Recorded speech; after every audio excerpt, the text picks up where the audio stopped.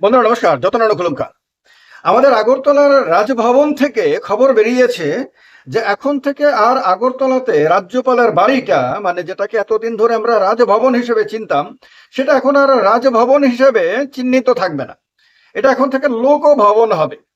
অর্থাৎ একটা বার্তা দেওয়া যে এটা রাজরাজাদের ব্যাপার না, এটা আমাদের মতন অতি সাধারণ মানুষের একটা জায়গা।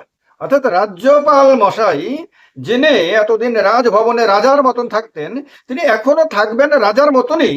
তার সেই গাড়ি ঘোড়া টোড়া সব কিছু থাকবে, ঘোড়া বলতে ওই রকম না, তার যে চাকচিক্য, তার যে বিশাল যে আয়োজন, এই সব কিছু থাকবে। তার বিরাট অফিসারদের ফৌজ থাকবে, কর্মচারী থাকবে, তারপরে রাজকীয় চেয়ার টেয়ার সব থাকবে, আরাম আয়েসের ব্যবস্থা সব থাকবে। শুধু নামটা একটু চেঞ্জ হয়ে যাবে।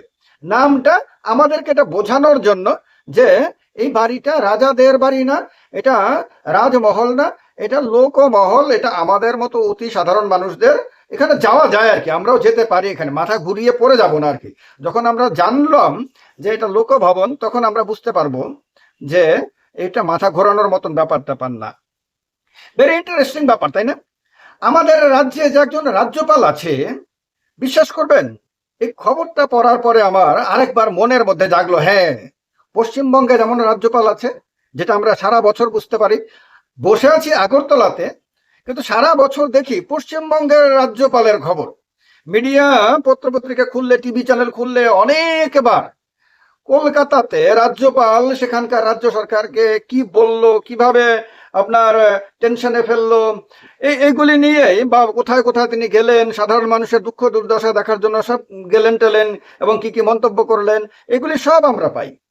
আমাদের রাজ্যে যে একজন রাজ্যপাল আছে, এটা এবার আমরা জানতে পারলাম অনেক দিন পরে। এই রাজ্যপালও কিন্তু ওই রাজ্যপালের মতনই, কিন্তু ওই রাজ্যপালের জন্য সংবিধান যতটুকু ক্ষমতা দিয়েছে, আমাদের রাজ্যের রাজ্যপালের জন্য কিন্তু অতটুকুই ক্ষমতা দিয়েছে। যে সমস্ত সুযোগ সুবিধা পশ্চিমবঙ্গের রাজ্যপাল, আসামের রাজ্যপাল, তামিলনাড়ুর রাজ্যপাল, মহারাষ্ট্রের রাজ্যপাল পান, সেই সমস্ত সুযোগ সুবিধা কিন্তু আমাদের রাজ্যের রাজ্যপালও পান, সবকিছুই পান। কিন্তু ওই রাজ্যপালের কাজকর্মের খবরাখবর আমরা আগরতলায় বসে পাই। কিন্তু আমাদের আগরতলার বা ত্রিপুরার রাজ্যপালের খবরাখবর আমরা কয়েক কিলোমিটার মাত্র দূরে, তার বাড়ি, ওনার বাড়ি থেকে আমরা যেখানে থাকি সেখানে মাত্র কয়েক কিলোমিটার, কিন্তু এখানে বসেও আমরা পাই না। পাই না কেন? পাই না এই কারণে যে তিনি কোনো কাজই করেন না হয়তো। কারণ ব্রিটেনে আমাদের পলিটিক্যাল সায়েন্স নিয়ে যারা পড়েছেন তারা জানেন, আমিও পলিটিক্যাল সায়েন্স নিয়ে পড়েছি, অনার্স পলিটিক্যাল সায়েন্সে না, কিন্তু পলিটিক্যাল সায়েন্স নিয়ে পড়েছি। সেখানে একটা কথা খুব ইন্টারেস্টিং বলেছি, যে ব্রিটেনের রানী কোনো ভুল টুল করেন না। কেন? কারণ হলো তিনি তো কোনো কাজই করেন না। ব্রিটেনের রানীকে বা রাজাকে নিয়মতান্ত্রিক প্রধান হিসেবে রেখে দেওয়া হয়েছে। কাজটা করে সেখানে যে নির্বাচিত সরকার, সেখানকার প্রধানমন্ত্রী এবং মন্ত্রিসভা। তো যেহেতু রানী বা রাজা কোনো কাজ করেন না, তার কারণে তাদের কোনো দোষও নাই। আমাদের দেশে রাজ্যপালের কিন্তু করার মতন অনেক কাজ আছে। রাজ্যপাল কোন কোন ক্ষেত্রে আপনার বিশেষ করে কাজ করতে পারবেন, কতটুকু পাওয়ার আছে, সব সংবিধানে লেখা আছে। সেইগুলো বলে এইখানে ভিডিওটাকে ভারী করতে চাই না। কিন্তু কথা হলো, লোকভবনের নাম পাল্টিয়ে, নামটা প্রথমে পাল্টানো হয়েছিল কলকাতাতে, আপনারা হয়তো অনেকে দেখেছেন। কলকাতাতে পশ্চিমবঙ্গের রাজ্যপাল, তিনি সিভি আনন্দ বোস, উনি আপনার রাজভবনকে লোকভবন হিসেবে উনি নামাঙ্কিত করেন। এরপরে ভারত সরকারের স্বরাষ্ট্র মন্ত্রক থেকে সারা দেশের সবগুলো রাজ্যপালের বাড়িকেই আপনার রাজভবন থেকে লোকভবনে রূপান্তরিত করার কথা নির্দেশ হিসেবে জারি করেছে, এটা আমরা জানতে পেরেছি। কথা হলো, বাংলা সম্বন্ধে একটা কথা আছে যে what Bengal things today, rest of India things tomorrow. মানে বাংলা আজকে যেটা ভাবে, সেটা বাকি ভারত আগামীকালকে ভাবে। অর্থাৎ সব ক্ষেত্রে বাংলা এগিয়ে থাকে। আর চিন্তা চেতনায় তো বাঙালি বা বাংলা সারা পৃথিবীকে পথে দেখানোর ক্ষমতা রাখে। এই ব্যাপারে তো কোনো আপনার সেকেন্ড ওপিনিয়ন থাকার কোনো ব্যাপার না। তো কলকাতায় এক্ষেত্রে প্রথম। এরপরে সারা ভারতবর্ষের মতন ত্রিপুরাতেও তার বার্তা এসেছে, এবং আমাদের রাজ্যেও রাজভবন এখন থেকে লোকভবন হয়ে গেছে। এখন কেন বলছি আমি যে রাজ্যপাল আছেন কিনা, এবং ওনার নাম যে ইন্দ্র সেনা রেড্ডি, বিশ্বাস করবেন ভুলে গেছিলাম। অনেকে মাঝে মধ্যে জিজ্ঞেস করলে যে আপনাদের রাজ্যের রাজ্যপালের নাম কি, বা রাজ্যের মধ্যেও কেউ কেউ জিজ্ঞেস করে হঠাৎ করে, আচ্ছা রাজ্যপালের নাম কি, খুব কষ্ট হয়, মানে মাথা ঘুরে যায় আমার একেবারে, মানে মনে হয় নিজের মাথার মধ্যে নিজে কিল দিতে। রাজ্যপাল কে, কে নাম ওনার, সেটা মনে করতে এত কষ্ট হয়, বিশ্বাস করবেন। অনেকক্ষণ সময় লেগে যায়, কাগজ দেখতে হয়, গুগলে সার্চ করতে হয় who is the governor of Tripura, তারপরে দেখি ইন্দ্র সেনা রেড্ডি আসেন। তো আজকের দিনে পত্র পত্রিকাতে ওনার নাম উঠেছে। যাই হোক, এইরকম যদি মাঝে মধ্যে নাম পাল্টিয়েও যদি ওনার নামটা আসে, অন্ততপক্ষে ওনার নাম মনে করার জন্য গুগল সার্চ করতে হবে না। আর রাজ্যপাল যে আমাদের রাজ্যে আছেন আর কি, আমাদের রাজ্যেও একজন রাজ্যপাল আছে, রাষ্ট্রপতি মনোনীত, তিনি নির্বাচিত প্রধান না। তিনি যে আমাদের রাজ্যেও যে আছেন এটাও বোঝা যায়। কারণ আপনার পশ্চিমবঙ্গে আপনারা দেখেন যে যেখানেই কোথাও না কোথাও ঘটনা ঘটে সেখানেই রাজ্যপাল ছুটে যায়।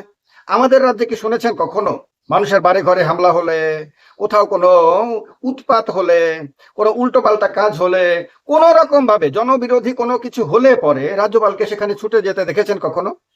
মানে বর্তমান রাজ্যপালকে অন্তত পক্ষে। তারপরে রাজ্যপালকে কখনো দেখেছেন মানুষের স্বার্থে কোনো শক্তিশালী মেসেজ দিতে, কথা বলতে? তিনি যে মানুষের, তিনি প্রধান, রাজ্যের প্রধান, মানে কি রাজ্যের জনতারও তো তিনি প্রধান, জনতার সবচেয়ে বড় অভিভাবক। সংবিধান তাকে অভিভাবক বানিয়েছে আমাদের। ফলে আমরা তো কখনো ভাবার কথা না এরকম যে আমাদের কোনো গার্জিয়ান নাই। আমাদের একজন গার্জিয়ান আছে, রাজ্যের যে কোনো প্রান্তের যে কোনো অঞ্চলের মানুষের তো এটা ভাবার কথা। কিন্তু এইটা ভাবার মতন খুব একটা সুযোগ কি আমরা পাই? এখন কেউ কেউ বলতে পারেন যে রাজ্যপাল তো সাদা হাতি, যেরকমটা অনেক সময় অনেকে বলেছেন। তো সুতরাং রাজ্যপালকে আবার অভিভাবক হিসেবে ভাববো কেন? না, রাজ্যপালকে কিন্তু অভিভাবক হিসেবে আমরা দেখেছি।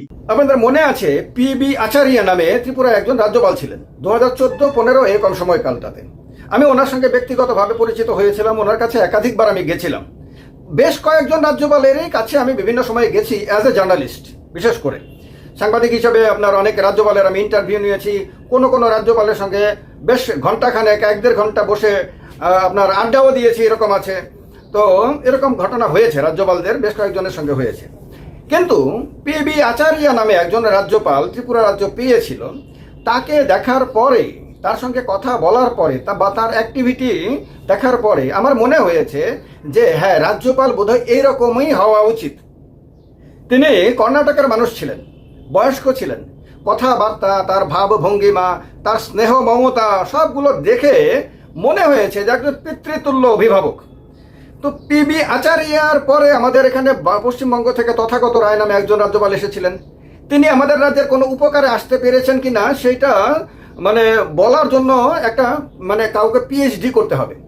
কিন্তু এছাড়া বাকি রাজ্যপালদের মধ্যে হয়তো কেউ হয়তো আপনার একটু ভিন্ন হতে পারেন, কিন্তু বর্তমানে যিনি আছেন অন্তত পক্ষে তিনি রাজ্যের মানুষের মানে আসার পর থেকে এখনো পর্যন্ত কোনো দুঃখ দুর্দশায় তিনি শরিক হয়েছেন, মানুষকে গিয়ে সান্ত্বনা দিয়েছেন, মানুষের বিপদে আপদে পাশে দাঁড়িয়েছেন, এই রকম কিছু আমার অন্তত পক্ষে চোখে পড়েনি।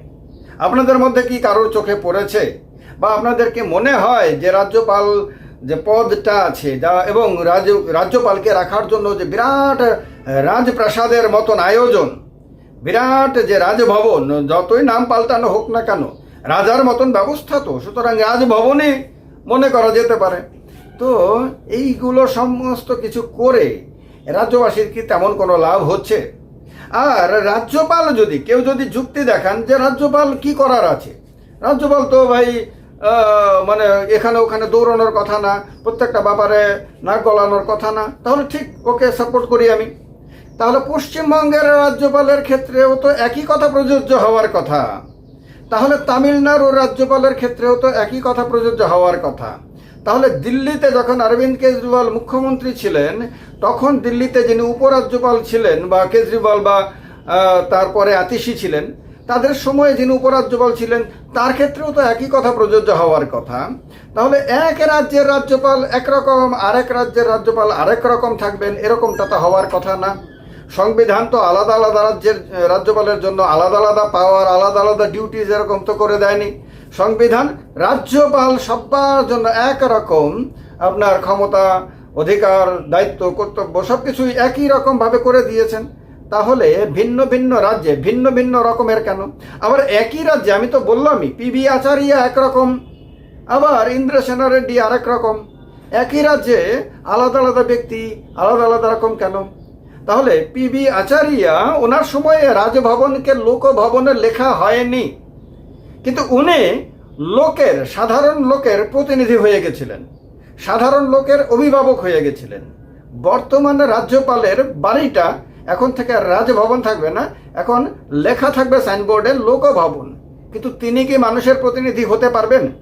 তার কাছে কি সেই পিবি আচার্যের মতন একটা মন আছে, যে মনটা সাধারণ মানুষের দুঃখ যন্ত্রণায় নাড়াচাড়া করবে, কষ্ট পাবে এবং সাধারণ মানুষের প্রতিনিধি হয়ে প্রয়োজনে দুটো সমালোচনা সহ্য করে হলেও তাদের হয়ে কথা বলবে, তাদের পাশে দাঁড়াবে? মিস্টার ইন্দ্র সেনা রেড্ডি কি আমাদের রাজ্যের মানুষের প্রকৃত অভিভাবক হতে পারবেন? না, জাস্ট অনেক কিছুর নাম পাল্টানো হয়, সেরকমই একটা নাম পাল্টানো হয়ে থাকবে। এটা দেখার জন্য আমাদের অপেক্ষা করতে হবে। দেখবো, আমরা সবাই মিলে দেখবো, আপনারাও দেখবেন। আপনাদের মাথার মধ্যে জিনিসটা দিয়ে দিলাম। এখন থেকে রাজ্যপালের দিকে তাকাবেন। অন্যান্য রাজ্যের রাজ্যপালদের খবর দেখার সময়ে আপনারা নিজের রাজ্যের রাজ্যপালের মানে ছবিটাও একটু চোখের সামনে আনবেন। এখানে যে লোকভবন নামে যে বিরাট আয়োজনের যে রাজকীয় ব্যবস্থা, এটাকেও চোখের সামনে আনবেন এবং তুলনা করবেন যে অন্য রাজ্যের রাজ্যপাল আর এই রাজ্যের রাজ্যপাল। এটা গণতান্ত্রিকভাবে, এটা আপনার গণতান্ত্রিক অধিকারের মধ্যে পড়ে।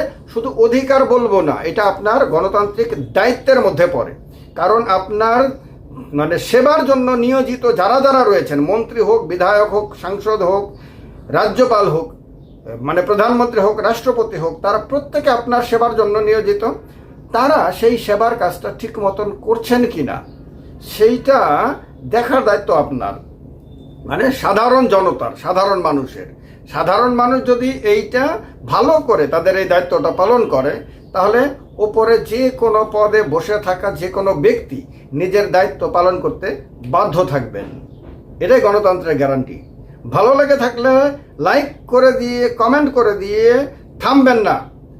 ভিডিওটাকে শেয়ার করবেন, ম্যাক্সিমাম শেয়ার করবেন। ভালো থাকবেন। যত্ন গোলম খাওয়া, সবাইকে নমস্কার।